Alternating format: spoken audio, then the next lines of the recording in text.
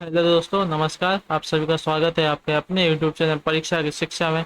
तो I hope कि आप अपनी तैयारी अच्छे से कर रहे होंगे और आशा करता हूँ कि आप सभी अच्छे होंगे। तो चलिए आज आपकी हिंदी की क्लास शुरू करते हैं। अगर उससे पहले आपने हमारे चैनल को सब्सक्राइब नहीं किया तो सब्सक्राइब कर लीजिए। और आप हमसे इंस्टाग्राम, फेसबुक और टेलीग्राम से जुड़ सकते हैं। तीनों पे आप जाके सिर्फ सर्च कीजिए परीक्षा के शिक्षा, बिना किसी स्पेस के आपको मिल जाएंगे। चलिए बिना किसी टाइम को बर्बाद करके आपकी आज की हिंदी की क्लास शुरू करते हैं। आपका पहला प्रश्न देखिए, आपसे क्या पूछा गया है। रस के कितने अंग होते हैं? तो रस के कितने अंग होते हैं आपको बताना है। तो रस के कुल आपके चार अंग होते हैं। ऑप्शन नंबर बी इसका राइट आंसर हो जाएगा। पहला होता है अस्थाई भाव वाला, दूसरा होता है विभाव, तीसरा अनुभाव और चौथा संचारी भाव। तो ये हो गए आपके चार रस अंग के लिए। आपका अगला प्रश्न देखते हैं, आपसे क्या पूछा गया है। पढ़िए पूरा प्रश्न और उसका आंसर देने की कोशिश कीजिए। इसका राइट आंसर क्या होगा दोस्तों।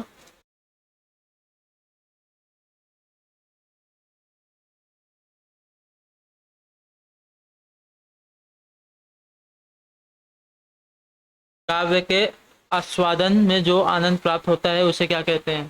तो काव्य के आस्वादन में जो आनंद प्राप्त होता है उसे क्या कहते हैं आपको बताना है। तो काव्य का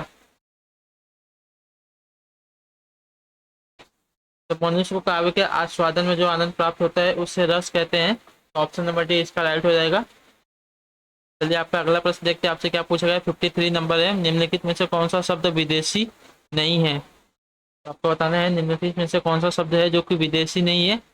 तो आपका कान जो शब्द है विदेशी नहीं है। तो ऑप्शन नंबर डी इसका राइट हो जाएगा। चलिए आपका अगला प्रश्न देखते हैं, क्या पूछा गया। 54 नंबर है। शुद्ध वर्तनी का चयन कीजिए। तो इन चारों में से बताइए कौन सी शुद्ध वर्तनी हो जाएगी। तो आपका ऑप्शन नंबर ए शुद्ध वर्तनी वाला हो जाएगा शब्द ऋषि।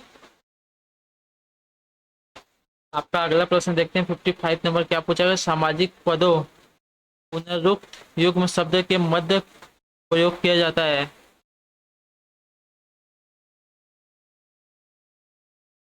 इस प्रश्न का उत्तर देने की कोशिश कीजिए। आपका राइट आंसर क्या होगा। सामाजिक पदों और पुनरुक्त और युग्म पद शब्दों के में कौन सा अ, आपका चिन्ह प्रयोग किया जाता है। तो आपका योजक चिन्ह प्रयोग किया जाता है। Option number C right answer हो जाएगा। चलिए आपका अगला प्रश्न देखते हैं कि आप 56 में पूछा है। निम्नलिखित में कौन सा शब्द पुल्लिंग है। इन चारों में से बताना है आपको कौन सा शब्द पुल्लिंग हो जाएगा आपका। तो जो आपका अंधेरे हैं ये आपका पुल्लिंग शब्द हो जाएगा। तो ऑप्शन नंबर ए इसका राइट हो जाएगा। चलिए आपका अगला प्रश्न देखते हैं, क्या पूछा गया है। 57 नंबर, अर्थ के आधार पर वाक्यों का के भेद बताइए। अर्थ के आधार पर आपको वाक्यों का भेद बताना है। तो अर्थ के आधार पर आपका वाक्यों के कुल 8 भेद होते हैं। ऑप्शन नंबर डी इसका राइट हो जाएगा। विधिवाचक, निषेधवाचक, आज्ञावाचक, प्रश्नवाचक, विस्मयवाचक, संदेहवाचक, इच्छावाचक और संकेतवाचक। तो ये आपके 8 भेद है वाक्यों के। चलिए आपका अगला प्रश्न देखते हैं। आपका अगला प्रश्न आपसे क्या पूछा गया। अभिज्ञ अनभिज्ञ शब्द का सही अर्थ क्या बताइए, क्या हो जाएगा। अभिज्ञ और अनभिज्ञ शब्द का आपका सही अर्थ हो जाएगा जानकार और न जानकार। तो ऑप्शन नंबर सी इसका राइट हो जाएगा। चलिए आपका अगला प्रश्न देखते हैं। 59 नंबर आपसे क्या पूछा गया। स्वर संधि कितने प्रकार की होती हैं। आपको बताना है कि स्वर जो संधि है वो अपनी कितने प्रकार की होती है। तो स्वर संधि आपकी होती है 5 प्रकार की। ऑप्शन नंबर डी इसका राइट हो जाएगा। दीर्घ संधि, गूढ़ संधि, वृद्धि संधि, यड़ संधि, अयाधि संधि। ये आपके 5 प्रकार की स्वर संधि होती है। चलिए आपका अगला प्रश्न देखते हैं, क्या पूछा गया है। फिर 60 नंबर प्रश्न है, आपसे पूछा गया है कि वर्ष 2016 का साहित्य अकादमिक पुरस्कार किस रचनाकार को दिया गया।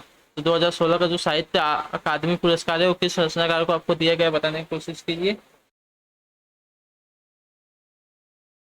तो आपका दिया गया है नसीरा शर्मा को। तो ऑप्शन नंबर डी इसका राइट हो जाएगा। चलिए आपका अगला प्रश्न देखते हैं, क्या पूछेगा। 61 नंबर है। रचनाकार और रचना का कौन सा युग्म सही नहीं है। तो रचनाकार और रचना का कौन सा युग्म इसमें से सही नहीं है। तुलसी, रामचरितमानस, ये सही हो जाएगा आपका।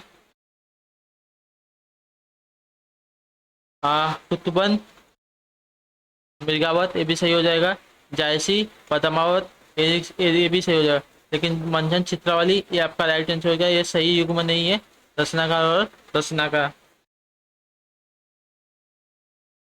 तो चित्रावली की रचना आपकी उस्मान ने की है, मंजन ने नहीं। तो आपका राइट आंसर हो जाएगा। चलिए आपका अगला प्रश्न देखते हैं क्या पूछा गया है।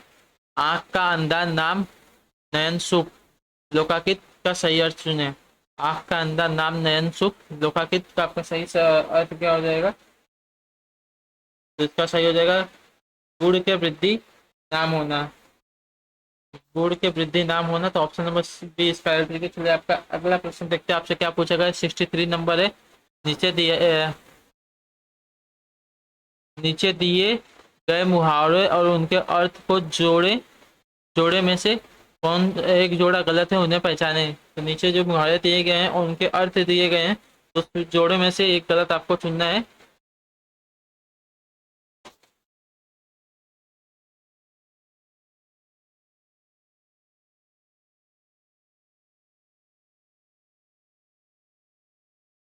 आपको गलत जोड़ा चुनना है, तो आसमान डोलना, विचलित न होना, ये आपका गलत जोड़ा हो जाएगा। आसमान डोलना विचलित होना का सही इसका हो जाएगा, क्योंकि आसमान डोलने का सही मुहावरा अर्थ हो जाएगा किसी कारणवश मन का विचलित होना होता है। सिर्फ विचलित न होना नहीं होता, किसी कारण मन का विचलित होना होता है। तो ऑप्शन नंबर सी इसका राइट है। चलिए आपका अगला प्रश्न देखते हैं। लेन देन, विरह, मिलन, जड़, चेतन आदि शब्द युग्म के बीच कौन सा विराम चिन्ह का प्रयोग किया जाता है, आपको बताना है। इसमें क्या होता है, योजक चिन्ह का प्रयोग, जो ऐसा होता है योजक चिन्ह, उसका प्रयोग किया जाता है। तो ये रहा आपका बी इसका राइट आंसर हो जाएगा। चलिए आपका अगला प्रश्न देखते हैं आपसे क्या पूछा गया। निम्नलिखित में शुद्ध वाक्य कौन सा है? तो इन चारों में से आपको बताना है कि शुद्ध वाक्य कौन सा हो जाएगा।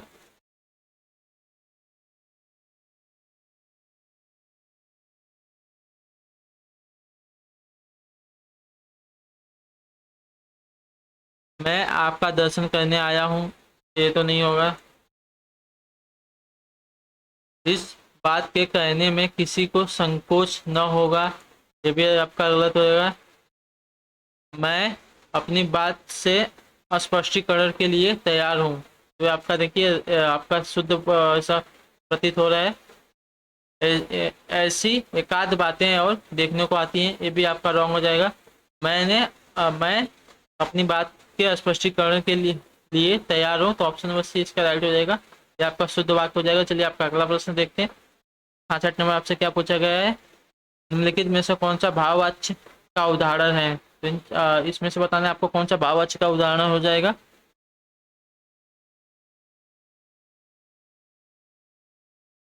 तो धूप में चला नहीं जाता है, आपका भाववाच्य का उदाहरण हो जाएगा। चलिए आपका अगला प्रश्न देखते हैं। राम खाता होगा किस काल का उदाहरण है? राम खाता होगा आपको किस काल का उदाहरण बताना होगा। तो आपका हो जाएगा संदिग्ध गुप्त काल का। ऑप्शन नंबर ए इसका राइट हो जाएगा, क्योंकि क्रिया जिस रूप में वर्तमान क्रिया के होने या करने का पर संदेह प्रकट किया जाए, उसे संदिग्ध वर्तमान काल कहते हैं। ये आपका ऑप्शन नंबर ए इसका राइट होगा, संदिग्ध वर्तमान काल। चलिए आपका अगला प्रश्न देखते हैं क्या पूछे। किस शब्द की वर्तनी शुद्ध है? बताइए आपको किस शब्द की वर्तनी इसमें से शुद्ध है।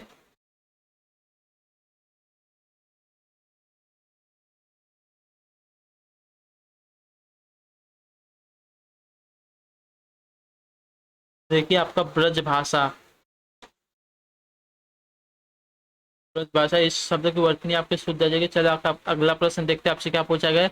उनके बिना तुम कुछ नहीं हो वाक्य में संबंध बोधक शब्द कौन सा है? इसमें बताइए, उनके बिना तुम कुछ नहीं हो, इस वाक्य में संबंध बोधक शब्द कौन सा है, आपको बताना है। तो आपका ऑप्शन नंबर बी बिना, ये आपका संबंध बोधक शब्द हो जाएगा।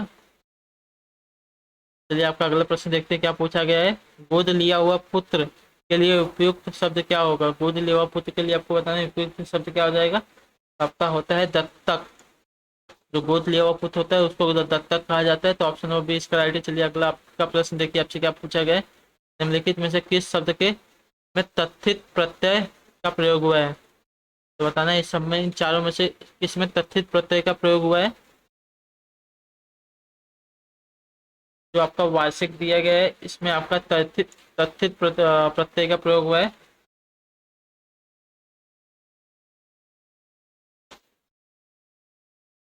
संज्ञा सर्वनाम तथा विशेषण के अंत में लगने वाले प्रत्यय को तथित प्रत्यय कहा जाता है।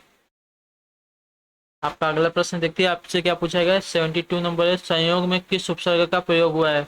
तो संयोग में आपको बताना है किस उपसर्ग का प्रयोग हुआ है। तो आपका सम दिया गया है, इस उपसर्ग का प्रयोग हुआ है संयोग में। तो ऑप्शन नंबर ए इसका राइट हो जाएगा। चलिए आपका अगला प्रश्न देखते हैं क्या दिया गया आप सभी के लिए। कार्य कार्यालय आदेश से अधिकारी का हस्ताक्षर हस्ताक्षर किस स्थान पर आएगा। कार्यालय आदेश आदेश से आदेश में अधिकारी का हस्ताक्षर किस स्थान पर आएगा आपको बताना है।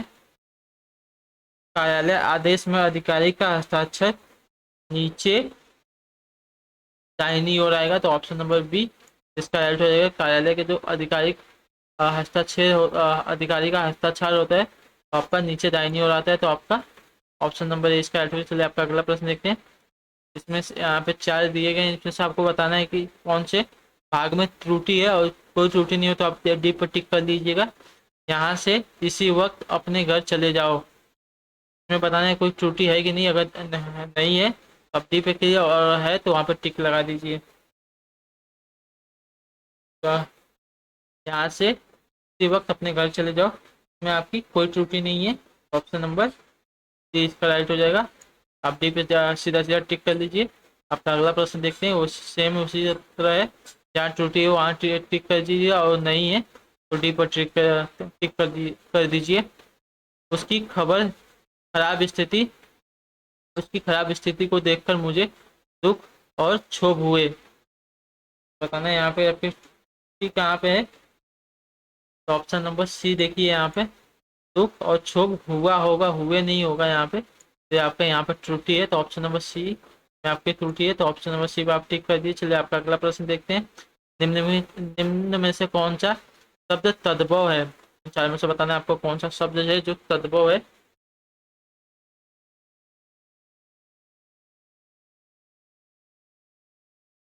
जो आपका गाय है ये आपका तद्भव हो जाएगा। चलिए आपका अगला प्रश्न देखते हैं क्या दिया गया। डोंगा शब्द कैसा है। तो डोंगा शब्द आपका डोंगा शब्द बताना है आपको कैसा है। डोंगा आपका एक देशज शब्द हो जाएगा। ऑप्शन नंबर सी राइट हो जाएगा। चलिए आपका अगला प्रश्न देखते हैं क्या दिया गया। वह घर जितना अच्छा था यह भी उतना अच्छा है। वाक्य में जितना अच्छा था किस प्रकार का उपवाक्य बताना है आप सभी को।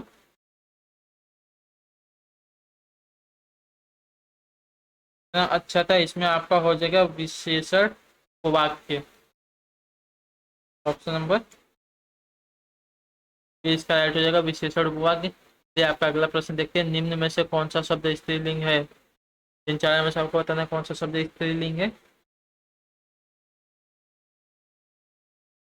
चिकित्सा आपका स्त्रीलिंग हो जाएगा, बाकी सभी पुल्लिंग हो जाएंगे आपके। चलिए आपका अगला प्रश्न देखते हैं क्या दिया गया है। पदक्रम की दृष्टि से कौन सा वाक्य शुद्ध है। यहाँ पे 4 वाक्य दिए गए हैं, इसमें पदक्रम की दृष्टि से कौन सा वाक्य शुद्ध हो जाएगा आपको बताना है। पढ़िए और इसका आंसर देने का आपका राइट आंसर क्या होगा। इस प्रश्न का उत्तर देते हुए चलिए साथ।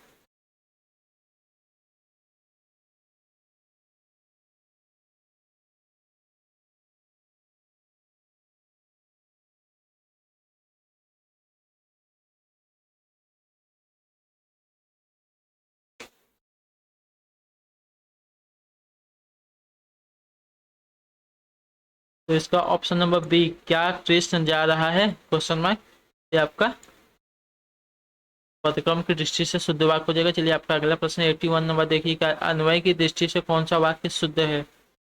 इसमें भी बताना है कि अन्वय की दृष्टि से आपका कौन सा वाक्य शुद्ध हो जाएगा।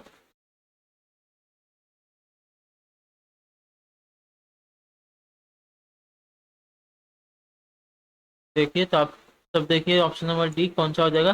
गोपाल ने एक गाय और एक भैंस खरीदी, ये आपका राइट हो जाएगा। जबकि यहाँ पे देख लीजिए क्या दिया गया। गोपाल ने एक गाय और एक भैंस खरीदे, ये आपका गलत है। गोपाल ने एक गाय और एक भैंस खरीदो, ये भी आपका गलत है। गोपाल ने एक गाय और एक भैंस खरीदा, ये भी गलत है। यहाँ पे देखिए क्या दिया। गोपाल ने एक गाय और एक भैंस खरीदी, ये आपका राइट हो जाएगा। चलिए आपका अगला प्रश्न देखते हैं क्या देगा आपका। यद्यपि का संधि विच्छेद होगा। यद्यपि का संधि सही संधि विच्छेद जिसमें से आपको चुनना है कौन सा हो जाएगा। यद्यपि का आपका सही संधि विच्छेद हो जाएगा यदि धन अपी। नंबर ए इसका राइट हो जाएगा यदि धन अपी आपका राइट हो जाएगा। आपका अगला प्रश्न देखते हैं क्या पूछा गया है। निम्न में से कौन सा शब्द तत्सम है। तो इन चारों में से बताना है आपको कौन सा शब्द जो है कि तत्सम है। जो आपका दमन है ये आपका तत्सम शब्द हो जाएगा। ये आपका अगला प्रश्न देखते हैं क्या पूछा गया आपसे। आगम अगम और आगम शब्द का युग्म सही क्या है। अगम और आगम शब्द युग्म का सही अर्थ बताइए।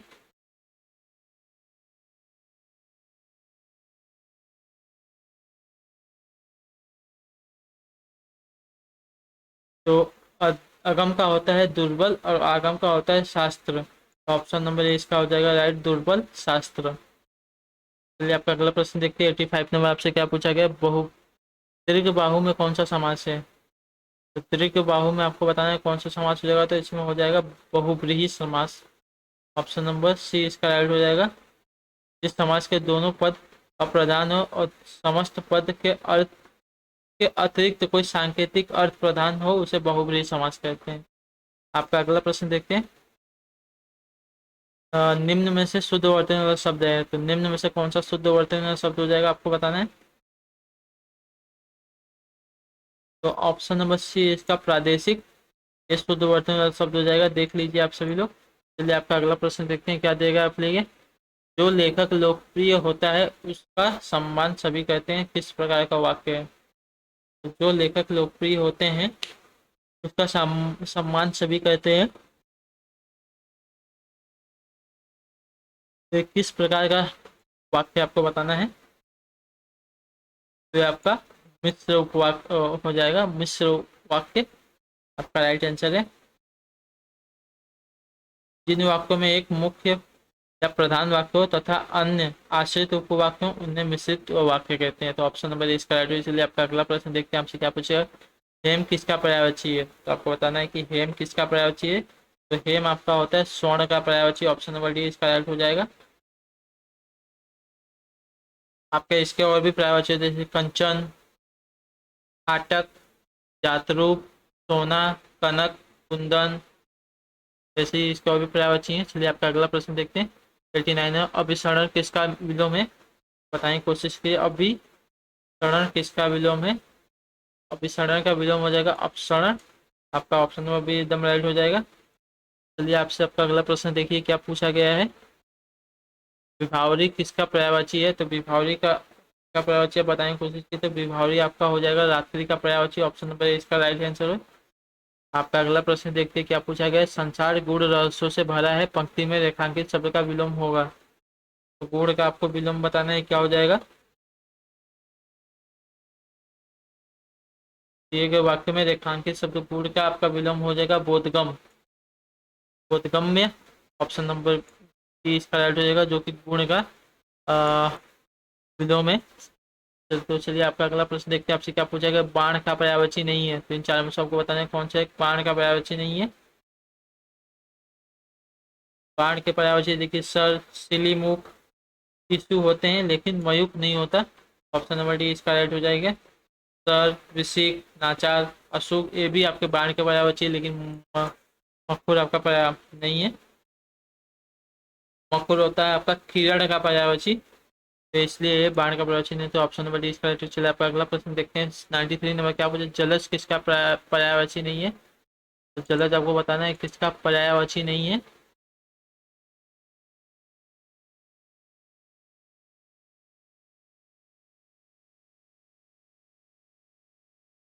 जलज आपका स्वर्ण का पर्यायवाची नहीं होता। ऑप्शन नंबर डी इसका राइट हो जाएगा। चलिए आपका अगला प्रश्न देखते हैं क्या पूछा गया है। अगतन का विलोम क्या होगा। अगतन का विलोम आपको बताना है क्या हो जाएगा। अगतन का विलोम हो जाएगा आपका पुरातन। ऑप्शन नंबर डी इसका राइट हो जाएगा।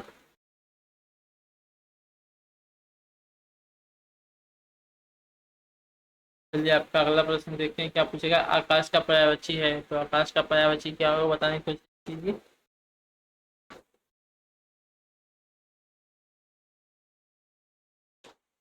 तो आपका आकाश का पर्यायवाची हो जाएगा व्योम। ऑप्शन नंबर सी इसका राइट आंसर है।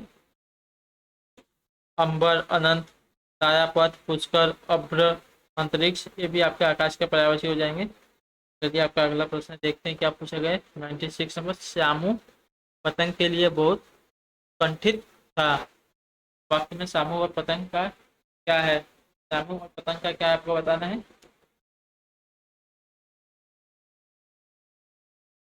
वाक्य में श्यामू और पतंग क्या है? तो ये हो जाएंगे आपके संज्ञा। ऑप्शन नंबर ए इसका राइट हो जाएगा। चलिए आपका अगला प्रश्न देखते हैं क्या पूछा। यह, वह, इसमें, उसने तथा तुम कैसे शब्द हैं? तो ये तो बताइए। यह, वह, इसमें और उसने, ये सब आपके सर्वनाम शब्द हो जाएंगे। ऑप्शन नंबर सी राइट हो जाएगा आपका। ये आपका अगला प्रश्न देखते हैं क्या पूछा गया है। श्याम धीरे धीरे चलता है, धीरे धीरे शब्द क्या है? आपका धीरे धीरे बताना है क्या हो जाएगा। तो धीरे धीरे आपका हो जाएगा क्रिया विशेषण, जो क्रिया की विशेषता बतलाता है तो क्रिया विशेषण कहते हैं। तो यहाँ पे धीरे धीरे जो है वो आपकी विशेषता बतला रहा है क्रिया की। जो आपका ऑप्शन नंबर बी इसका राइट है। चलिए आपका अगला प्रश्न देखते हैं क्या दिएगा। 99 नंबर आपसे पूछा गया, रचना की दृष्टि से क्रिया के कितने भेद होते हैं? तो रचना की दृष्टि से आपके क्रिया के कितने भेद होते हैं बताइए, इसका आंसर क्या होगा। रचना की दृष्टि से क्रिया के कुल 2 भेद होते हैं। तो ऑप्शन नंबर डी इसका राइट हो जाएगा 2, सकर्मक क्रिया, अकर्मक क्रिया। ठीक है। आपसे आपका अगला प्रश्न देखिए, लास्ट प्रश्न है आपका, अंतिम प्रश्न। जल, थल और जब शब्द जैसे समान ध्वनि वाले शब्द कहलाते हैं। जल, थल और जब शब्द जैसे समान ध्वनि वाले आपके क्या कहलाते हैं? ये आपके कहलाते हैं तूफान। ऑप्शन नंबर डी इसका राइट आंसर हो जाएगा तूफान। तो रहे आपके हिंदी के 50 क्वेश्चन। तो आई होप कि आपको क्लास अच्छी लगी, और अच्छी लगे तो अपने वीडियोस को लाइक कीजिए, अपने दोस्तों के साथ शेयर कीजिए और ज़्यादा से ज़्यादा लोगों तक फैलाइए। और सबसे इम्पोर्टेंट कि आप हमारे चैनल को सब्सक्राइब कर लीजिए। आपको ऐसी हम तैयारी करवाते रहेंगे आपके बीएड इंग्लिश एग्जाम से रिलेटेड। तो चलिए आपसे हम सब मिलते हैं आपकी अगली क्लास में। तब तक के लिए tata, bye bye, take care, Jai Hind, जय भारत। आप सभी का शुक्रिया क्लास से जुड़ने के लिए।